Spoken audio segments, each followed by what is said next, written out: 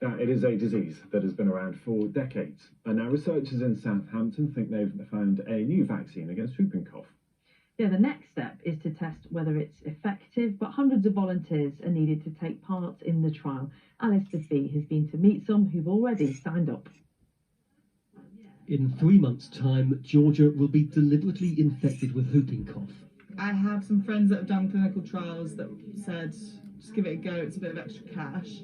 It's mostly financial, but like, if this is a way that I can help out, you know, in the medical sector, then I would have to do that.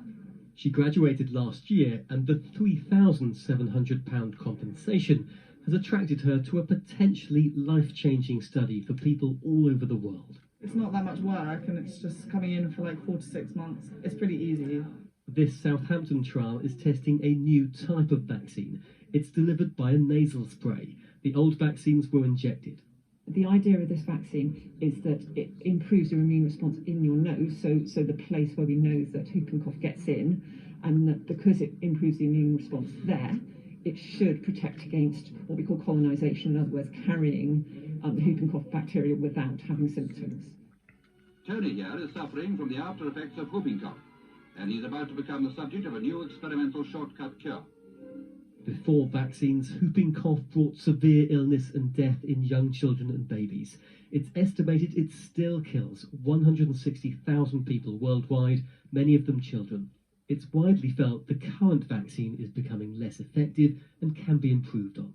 We know there was a relatively big outbreak of whooping cough in the UK in about 2012, but we've just gradually seen an increase in numbers since that time, and we're trying to preempt any further increase that we might see. We know that globally there's been an increase in other parts of the world as well, and it does seem to be linked to changing to the new vaccine, which is effective for a period of time, but perhaps is wearing off more quickly. All patients first need to be screened to see if they are healthy enough to take part. Scott is keen to support new vaccines, but also hopes the compensation will help him get on the property ladder.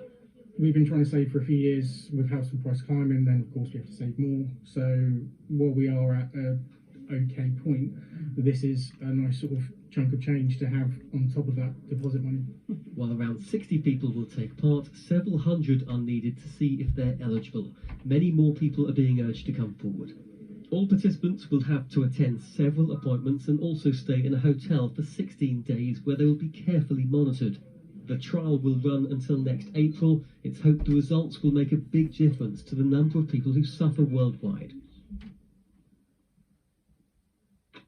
Brilliant idea. It's coming up to 20